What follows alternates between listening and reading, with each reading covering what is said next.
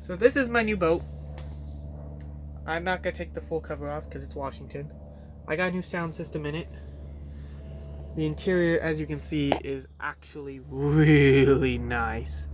No rips, tears, none of that. No fading. I mean, man, this thing just looks beautiful in there. I wish I'll give you guys some better video once the sun is going to stay out. It's supposed to rain later on this evening, and I don't feel like taking this cover off. But yeah, so this is a 1983 Mercedes made by Mercedes in Spokane, Washington, not the actual car dealership or car company. But yeah, so it's a 120 4-cylinder or 120 horsepower 4-cylinder inline Merc Cruiser inboard engine with a brand new serviced outdrive and impeller and propeller. So this is brand new. I mean, just look at that. I mean, you can't ask for something nicer. He said he had all the receipts, all the paperwork, all the documents. He showed me it all. I was super happy. Bought it locally, just on Facebook Marketplace. The guy lived literally about 10 minutes away from me. And he actually lived right along the airport that I learned to fly at. I had to do the trailer lights yesterday. Just painted up those little lock things. I painted these things because they were pretty ugly. I made them look prettier. Did that today. And yeah, I put the trolling motor on it. Wired that up. Got an auxiliary battery on this side. Got the main battery on that side. This swim platform is awesome. Especially when you're in the water, tired from wakeboarding. Makes getting up on the boat so simple. I'm going to get a 2-step ladder. I'll give you guys a video about that, but there's not much to it. It's just literally taking out those 2 bolts, putting a 2-step on. That's it. I installed this. So you can get this from eBay. It's a wakeboard mount. It's supposed to go on like a... God, there's another airplane. It's supposed to go on a ski pylon or ski rack or whatever you guys call them, because there's so many different names for them. Not the bimini top, because the bimini top is the thin poles. I mean the ski racks. But what I did was I just direct mounted it to this piece, which is plastic. And the reason I elected to do this was if this is going to break, it's going to break this cheap piece of plastic. It's not going to break the fiberglass. It's not going to leave a hole where I'm going to have to spend $1,000 to, or in my case, 9 hours fixing some fiberglass. I don't pay for anything for anyone to do my work. I do it all myself. The only thing that was mechanically wrong with this boat was it had been converted to an electric fuel pump from a mechanical fuel pump. And the way they had it wired up was on the starter solenoid, which is not that bad because it's always getting power when the key is on. I like the idea. I hate the execution because it only got 9.4 volts and it's a 12 volt pump. And when we tested it, we took the fuel line off, and when we tested it, 9.4 volts was not enough. Man, this thing struggled. It was not pressurizing that line up to anything. I mean, the carbs could eat that fuel so much faster. Double barrel carbs, it could eat that fuel so much faster than that fuel pump was giving it. So I rewired it. I hooked it up a totally different way. Still on a breaker so that 1, it's fail-proof and it's done right, and 2, when you turn the ignition on, it turns on, so I don't have to flip a separate switch and worry about any of my buddies forgetting about it. Yeah, once I did that, it pressurized properly. You could hear it get a lot quieter without starting the engine, so you know it actually pressurized. And man, you should have seen the fuel flow difference. Like when we just had the fuel line off, man, it was such a difference.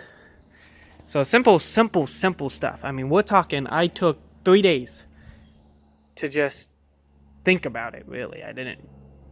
Me and my buddy Brian Riggins, here's your shout out. He's good with car engines. Inboards are basically car engines. It's just marine grade stuff. And man, that was the simplest fix ever. I put a new radio in it, Bluetooth. $16 at Walmart. I didn't go marine grade or any of that crap, but it's a radio. Who cares? If it's going to short out something, it's going to blow a fuse. Whatever. It's on double fail safes in the front and the back, so it ain't gonna harm anything. As you can see, it's got that full top. Those windows are ugly. It's the only real problem with the top. And then this stuff, I don't know if you guys can see in the camera, but this stuff is really shiny. And that's because of a product that I'm gonna show you in a second. And it's super easy to use, and I recommend everyone to go use it. For my buddies in Arizona, you know who you are. I got something for you guys to go put on your jet skis. Yeah, you can see the shine up there. You can really see it. You know, we got shit weather. I mean, this is not bad actually compared to what it was earlier.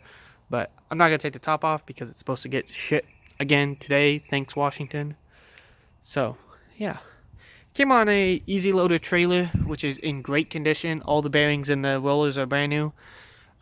It doesn't squeak. Nothing squeaks. A little dirty, but whatever. Could use a little bit of paint. That's nothing I couldn't handle. Trailer lights were a nightmare. It was all wired up wrong. They had jumpers doing weird things. I fixed it. I did it the right way. I just ripped it all out. Didn't even bother. I looked at it for 2 seconds and said, fuck this, I'm not doing it. So, the trim works perfectly. With these hydro stabilizers, man, this thing can throw a mean wave. This is only an 18-foot boat. Well, 19 if you count all the way to here. Whatever. However you're supposed to count boats. It's a small boat for anything that's supposed to tow. This was already installed. It's not bad. Transom's solid, so I'm not worried about it.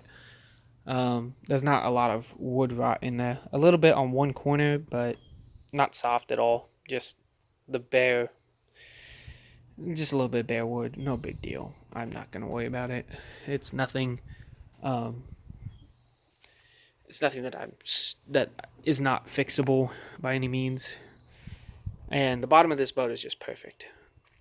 I'll even get under here for you, so you can kind of see. I mean, you can't ask for anything better than that. You're not gonna get it. We got a couple of these little things. That's not so bad. I could fix that up. That's not something that's gonna cause me to sink in the middle of the lake. You know, it's got a fish finder. It's got a GPS. Super nice. I paid almost nothing for this boat. The guy really just wanted to get rid of it. And he was tired of working on it. Well, in his case, maintaining it, because he had not used it for several years. But he fully winterized it. And man, he was a great owner and a great guy to buy from. If he has anything else to sell, I will buy it. So, that product I was talking about. First of all, check out my color changing paint on the jet ski. Yeah, you know you saw that change colors. I'll do it one more time for you. Look at the color. Blue. All purple. Yeah, you know you saw that. Especially my guys in Arizona, you know. You know. Anyone can do what I just did on that. Alright, so I got a couple products to show you guys. I am not sponsored in any way, shape, or form. I do this all out of my own pocket.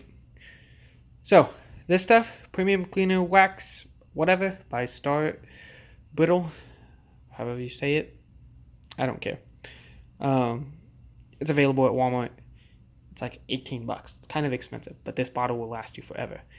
That's all it took to get the shine and the smoothness on that boat. Like, you see how reflective it is. One coat of that. That was one coat and 20 minutes of my life. Who the hell could complain about that? And then I got one more thing to show you guys. Let's see if I can find that can. So, the way I did my color changing paint, which I don't know if I'm going to be able to find the can. Of course not. Here, give me 1 second, guys. Let me try to find that can. I found the can. Alright, cool. Rust-Oleum Color Shift. Man, this stuff is expensive on Amazon. I tried to contact Rust-Oleum and let them know what I'm doing. Maybe they'll see this video and they'll help me out a little bit. I need like 2 more cans of this, and it's about $20 a can. But 1 can actually gets really far. All you gotta do is do a black base coat. This is what I did right here. It's gloss black. Same stuff. All super cheap stuff. I mean, you see how good that looks.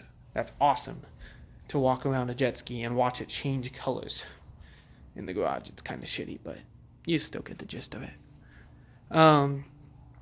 Yeah, it's so simple to do. Anyone can do it. All these old jet skis, man, they looked ugly. I mean, this is one of the best looking jet skis out there of this era. Don't mind my bumper because I got friends who don't know what the fuck they're doing at the dock, and I made it ugly like that because it gets ripped off every season, and I just put a new patch over it. That stuff is so oh my god. Home Depot sells this this padded sheets. It comes in a roll.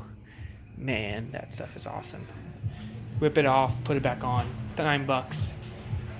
But alright, that's all I got for you guys. My mother's pulling up in a loud truck. Garage is nice and clean. I'll have more videos for you guys soon. Shout out to Brian Higgins and all my guys in Arizona. You know who you are.